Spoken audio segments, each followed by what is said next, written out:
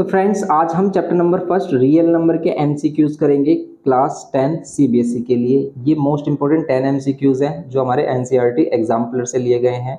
Mostly बच्चे जानते हैं कि हमारी एक दूसरी बुक भी होती है एनसीईआरटी की जिसे हम एनसीईआरटी एग्जाम्पलर कहते हैं और यही बुक हमारी सबसे बेस्ट है अगर आपको एडवांस क्वेश्चंस करने हैं और अदर कॉन्सेप्ट्स आपको सीखना है, क्योंकि देखो जो भी एक्स्ट्रा क्वेश्चन आपको देखने को मिलते हैं बोर्ड एग्जाम में वो सभी हमारे एनसीईआरटी एग्जाम्पलर से ही लिए गए होते हैं।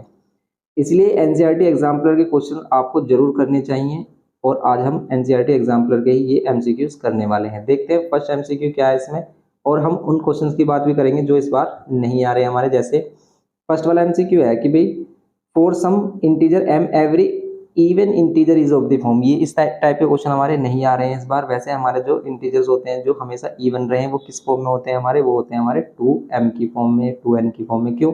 m के प्लेस पर आप कोई भी इंटीजर ले लो, प्लस माइनस में इवन ओड कोई भी ले लो, हमेशा इवन इंटीजर आएगा हमारा। कब? अगर आप 2m की फॉर्म में लेंगे। जैसे अगर m के प्लेस पे 1 लिया तो 2 इंटू 1 2 होगा, 2 लिया तब भी इवन होगा, 2 टू 4, 3 लिया ओड है 3 लेकिन 3 टू 6 अभी भी इवन है। अगर ओड होता तो ओड हमारा इस फॉर्म में होता है 2m प्लस 1। ये है इसमें हमारा, तो इसका आंसर हमारा क्या है? सी है, लेकिन ये नहीं आ रहा है हमारा इस बार। सेकंड में कि for some integer q every odd integer is of the form, तो एवरी ओड इंटीजर किस फॉर्म में होंगे हमारे? 2q plus 1। अगर q इंटीजर ले रखा है तो 2q प्लस 1, m इंटीजर लेता तो 2m प्लस 1। ऐसे ही जैसे वो इंटीजर जिसको भी मानेगा उसी फॉर्म में हम इसको रिप्रेजेंट कर देते हैं। नेक्स्ट है इसमें हमारे पास कि n square minus 1 is divisible by 8 if n is. बताओ n के प्लेस पर क्या वैल्यू लेके n स्क्वायर माइनस 1 8 से डिविजिबल हो जाए। जैसे अगर हम कोई भी इंटीजर ले लेते हैं, इंटीजर आपको पता है 0 मतलब 1 2 3 एंड सोन, माइनस की वैल्यू कोई भी ले लो, लेकिन इंटीजर हमारे होते हैं 1 2 3 एंड सोन। 1.1 1.2 पॉइंट वाली वैल्यू, फ्रैक्शन वाली वैल्यू इंटीजर नहीं होती है। तो n के प्लेस पर अगर आप कोई भी इंटीजर लोगे, 1 लिया तो 1 का स्क्वायर 1 1 माइनस 1 0 0 डिवाइड बाई 8 0, तो ये हो रहा है। लेकिन 2 लेंगे तो 2 टू 4 4 माइनस 1 करेंगे अगर हम, तो 4 माइनस 1 करेंगे 3 आ रहा है, 3 डिविजिबल नहीं है, इसलिए इसका मीन्स हम इंटीजर नहीं ले सकते, नेचुरल नंबर भी नहीं ले सकते क्योंकि नेचुरल नंबर भी हमारा 2 आएगा और 2 स्क्वायर करेंगे हम, कितना होगा हमारा? 4 होगा, क्योंकि यहाँ पर अगर n के प्लेस पर 2 ले और 2 का स्क्वायर करेंगे 4 और 4 माइनस 1 3 आ रहा, क्या 3 8 से डिविजिबल है? नहीं है, इसलिए हम यहाँ पर नेचुरल नंबर भी ले सकते हैं। क्या हम ओड नंबर ले सकते हैं? अब ओड नंबर लेट करके देखो आप, जैसे n के प्लेस पर 1 ले रहे हो तो 0 आ रहा, 0 डिवाइड बाई 8 यस डिविजिबल है, तो 0 ले सकते मतलब 1 ले सकते हैं। फिर अगर हम 3 ले तो 3 3 से 9 आएगा, n के प्लेस पर 3 ले और 3 का स्क्वायर करें 9 आएगा और 9 माइनस 1 8 आएगा, 8 8 से डिविजिबल है यस। 3 के बाद अगर हम 5 लें, 5 5 सा 25, 25 माइनस 1 24 आ रहा, 8 से डिविजिबल है। तो ये सभी ओड इंटीजर के लिए पॉसिबल है हमारा, इसलिए इसका आंसर कितना होगा हमारा? सी होगा कि ओड इंटीजर आप कोई भी ले लो उसके लिए ये क्या होगा? सही होगा। नेक्स्ट फोर्थ अगर हम देखें इसमें फोर्थ वाला क्वेश्चन कह रहा है कि if HCF of 65 and 117 is expressible in the form of 65 minus 117 then the value of m। ये भी काफी इंपॉर्टेंट क्वेश्चन है, देखो इसे समझ गए तो आप कर दोगे। ये कह रहा है कि जो इन दोनों का एचसीएफ है ना वो इस फॉर्म में लिखा हुआ है, मींस ये जो एचसीएफ है ये है इसका, लेकिन आप 65 और 117 का तो एचसीएफ फाइंड कर सकते हो। कैसे? 65 के फैक्टर कर रहे हो तो 13 इंटू 5 आ रहा है और 117 भी तो 13 इंटू 7 होता है, यही होता है 13 इंटू 7 या 13 इंटू 9 होता है। तो देखो इन दोनों में कॉमन क्या है? 13, तो इन दोनों का एचसीएफ तो 13 है, और अगर इन दोनों का एचसीएफ 13 है लेकिन इसने कहा कि एचसीएफ ये है, ये जो वैल्यू गिवन है, तो आप ये भी लिख सकते हो कि 65m माइनस 117 किसके इक्वल होगा? 13 के, क्योंकि ये ही तो इनका एचसीएफ है। अब यहाँ पर ये 65m 117 माइनस इधर आकर प्लस होगा तो 13 प्लस 117 कितना हो जाएगा? ये हो जाएगा 130, और यहाँ पर 65m इज इक्वल टू 130 और m की वैल्यू कितनी हो जाएगी? 65 डिवाइड करेंगे यहाँ पर 130 से तो कितना आएगा? 2 टाइम्स में डिवाइड कर रहा है, इसलिए इसका आंसर होगा 2। m की वैल्यू क्या होगी इसमें? 2। क्या ऑप्शन में 2 है? यस 2 है हमारा, इसलिए इसका आंसर होगा 2। नेक्स्ट देखते हैं। नेक्स्ट हमारे पास fifth question, the largest number which divide 70 and 125 leaving remainder 5 and 8 respectively. इस टाइप के क्वेश्चन जो होते हैं हमारे 8th में आते हैं, 8 में करते हैं, यहाँ पर भी हमें कर रहे हैं। तो देखो इस तरह क्वेश्चन आए तो हमें क्या करना है? कह रहा है कि largest number which divide 70 and 25, वो बड़े से बड़ा नंबर बताओ जो इन दोनों को डिवाइड करे। तो वो बड़े से बड़ा नंबर जो इन दोनों को डिवाइड करे वो इनका एचसीएफ होगा। क्यों? इनको डिवाइड करना है, इनसे किसी को डिवाइड नहीं करना। एलसीएम क्या होता है? लीस्ट कॉमन मल्टीपल, मतलब इन्हीं का मल्टीपल होगा, मतलब इनसे बड़ी वैल्यू हो सकती है। एक और इंपॉर्टेंट बात, जो एचसीएफ आता है या तो जो छोटी वैल्यू उसके बराबर या उससे छोटा ही आएगा, एचसीएफ हमेशा छोटी वैल्यू आएगी। लेकिन एलसीएम इन दो, जो बड़ी वाली वैल्यू उसके बराबर हो सकता है या फिर उससे बड़ी ही वैल्यू हमारा एलसीएम होता है।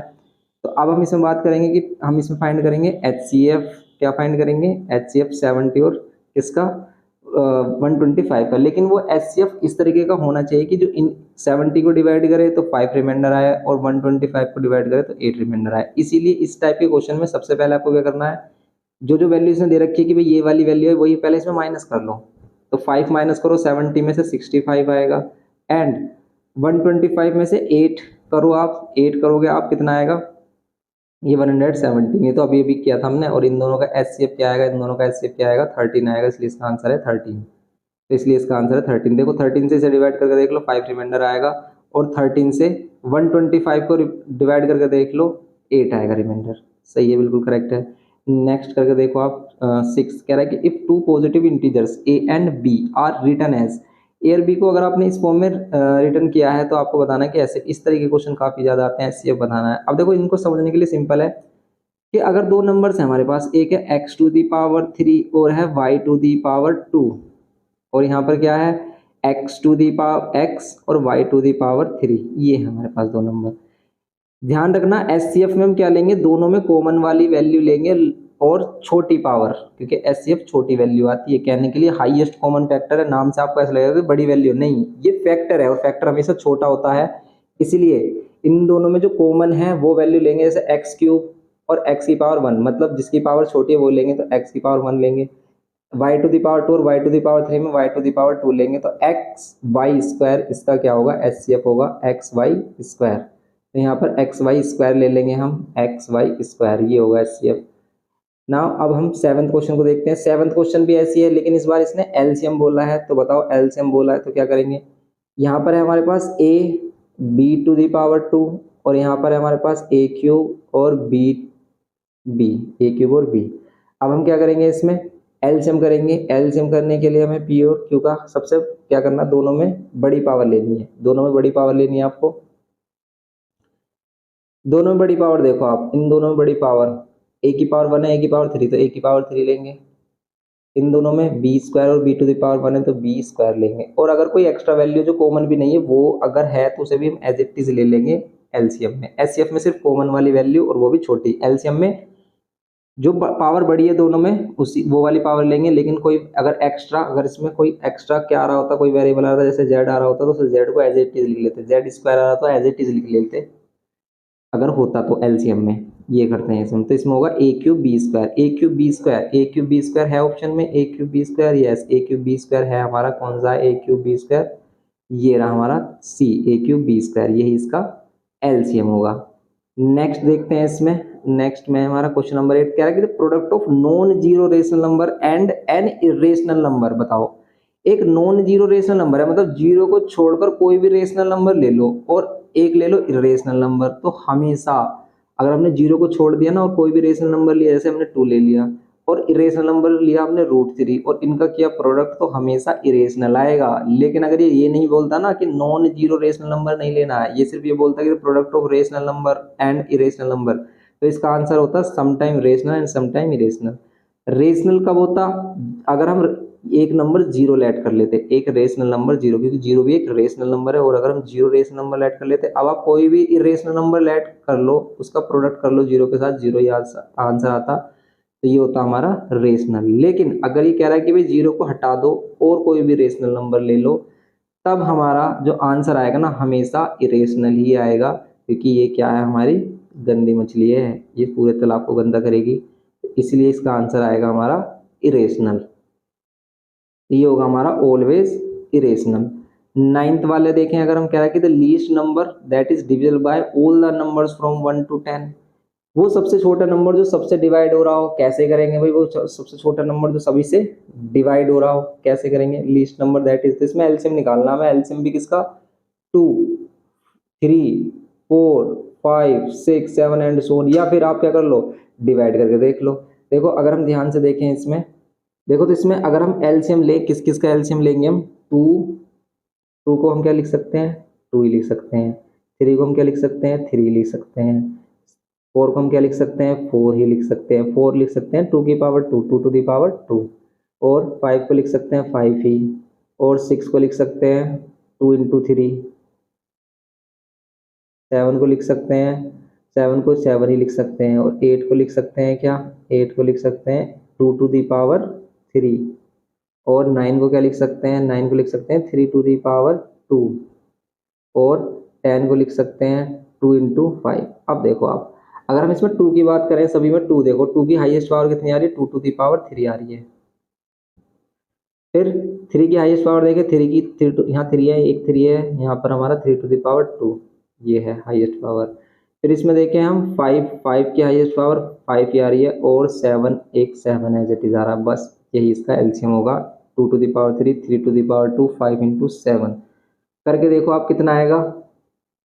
तो अगर हम इसको सोल्व करें सिर्फ इस वाली वैल्यू को, क्योंकि एलसीएम का हमने कॉन्सेप्ट सीख लिया है कैसे करते हैं एलसीएम। एलसीएम करने के लिए सिर्फ आपको क्या करनी है, हाईएस्ट पावर लेनी है जो सभी में है, और जो वैल्यू किसी कॉमन नहीं है उसका क्या करना है आपको, वो वैल्यू एज इट इज रखनी है। जैसे हमने फाइव और सेवन एज इट इज रखा है। अब हम क्या करेंगे, two to the power three eight होता है, three to the power two nine होता है, और यहाँ फाइव और यहाँ पर सेवन, इनकी मल्टीप्लाई करो कितना आ रहा है, कैसे करें, एट फाइव जा 40, और नाइन सेवन जा कितने होते हैं 63, नाइन सेवन जा 63, और एट फाइव जा 40 कहते हैं तो फोर से मल्टीप्लाई करेंगे तो फोर सिक्स जा 24, और फोर थ्री जा 12, तो इसका आंसर 252 आ रहा है हमारा, मीन्स यही इसका आंसर आ रहा है डी। इसका आंसर क्या होगा हमारा, डी होगा। इसका आंसर क्या होगा, डी होगा। सिंपल हम इसको कह सकते हैं कि इसका आंसर होगा डी। तो सिंपल पहले हमने इनका एलसीएम निकाला टू से टेन तक, क्योंकि वन तो लेना जरूरी भी नहीं है, क्योंकि वन तो सभी के साथ आता ही है वैसे भी, इसलिए इसका आंसर होगा डी। 10th क्वेश्चन देखें इसमें हम, क्वेश्चन नंबर 10 देखो क्या कह रहा है, the decimal expansion of the rational number. इसका डेसिमल एक्सपेंशन बताना है कि टर्मिनेट आफ्टर, ये कितने डेसिमल के बाद टर्मिनेट है, मतलब पूरा कंप्लीट हो गया है डिवाइड।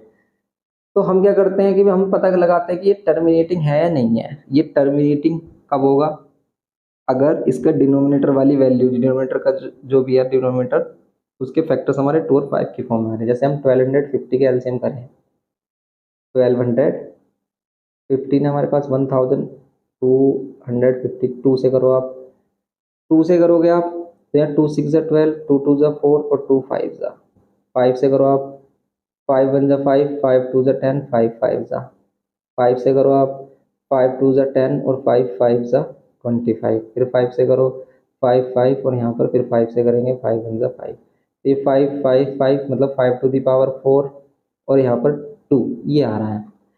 देखो अगर इस टाइप से आपसे क्वेश्चन आए, हमें पता चल गया कि ये टर्मिनेटिंग है, लेकिन कितने डिजिट के बाद टर्मिनेटिंग है, इसको फाइंड करने के लिए हम क्या करेंगे, सिंपल इसमें two to the power three की मल्टीप्लाई कर लेंगे, two to the power three की मल्टीप्लाई डिवाइड कर लोगे, ऊपर भी two to the power three और नीचे भी two to the power three. ऐसा करने से होगा क्या, नीचे टू टू द पावर क्या बनेगा, नीचे क्या बनेगा हमारा, देखो नीचे बन जाएगा two to the power four. ये five to the power four है, ये five to the power four है, और ये बन जाएगा two to the power four. Power same है तो बेस मल्टीप्लाई हो जाएंगे, मीन्स फाइव टू द 10, और यहाँ पर पावर फोर हो जाएगी, पावर फोर हो जाएगी, इसका मीन्स कितने 10 जीरो, और मतलब 4 जीरो हो जाएंगे, इसको आप 10,000 लिख सकते हो।